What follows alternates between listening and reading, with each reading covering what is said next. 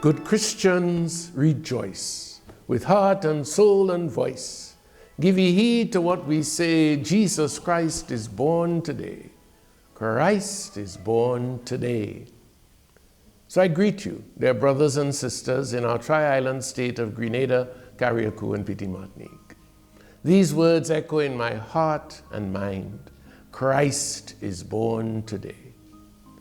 For those who have not been open to plumbing the depths of our Christian faith, Christmas is just a commemoration of an historical event which Christians believe took place over 2,000 years ago.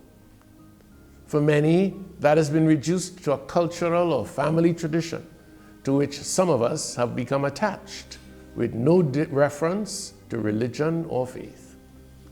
The greeting becomes not Happy Christmas, but Happy Holidays.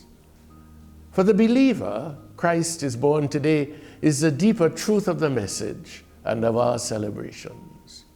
God is the eternal now, and the one who was born 2,000 years ago is being born today.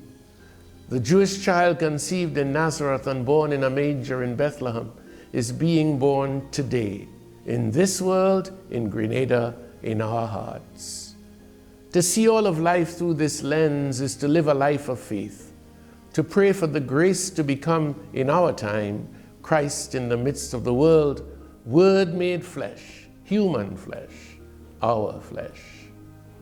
As this year 2020 unfolds, a year begun so full of promise, of clear vision, I ask you, were you able to see the Christ child and the children around you, sent home from school in March with no comfortable place to lay their heads?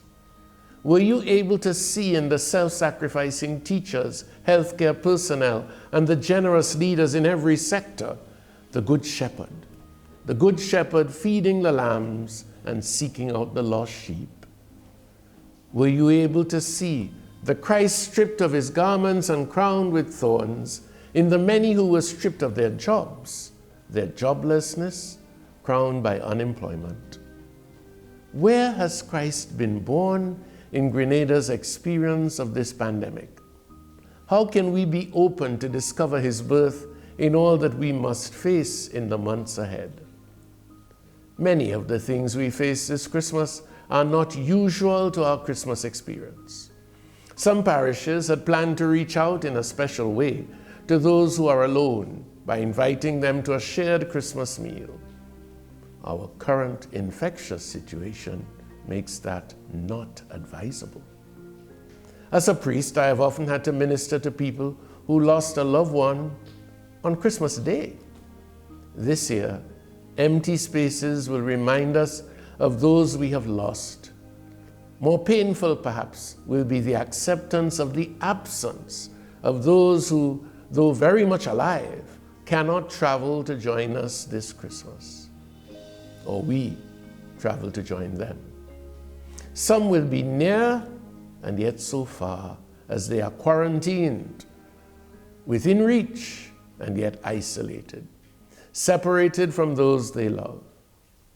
We think especially of those in hospital or in prison, so near and yet so far. Yet our love for them remains, and we learn the COVID challenge of how to experience and express our love, even when the touch or embrace are denied us. Mary's response to the news of the conception of the child in her womb gives us the first clue for our response. Let it be done to me. To accept the reality of all that is happening around us and to affirm the truth of it is essential.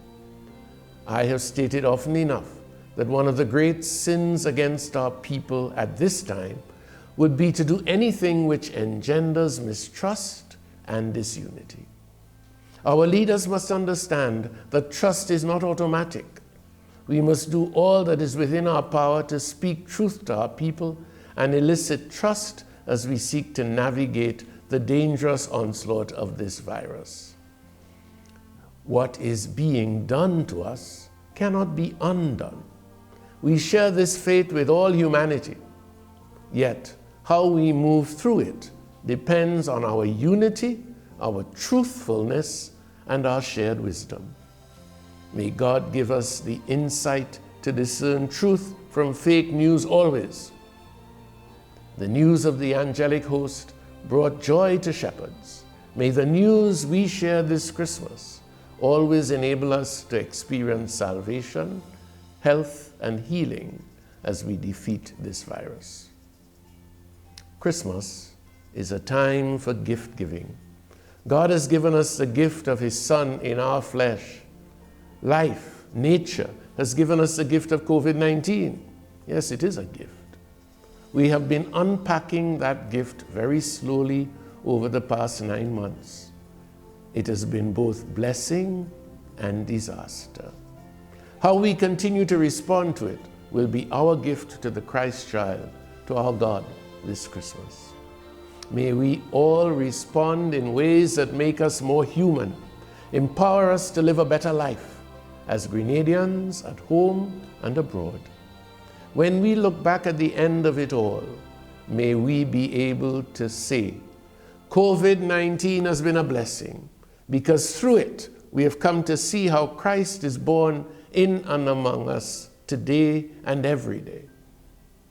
My dear people, Christmas blessings to you and to all you love and care for. Peace and loving kindness flow throughout our beautiful islands. God bless us all.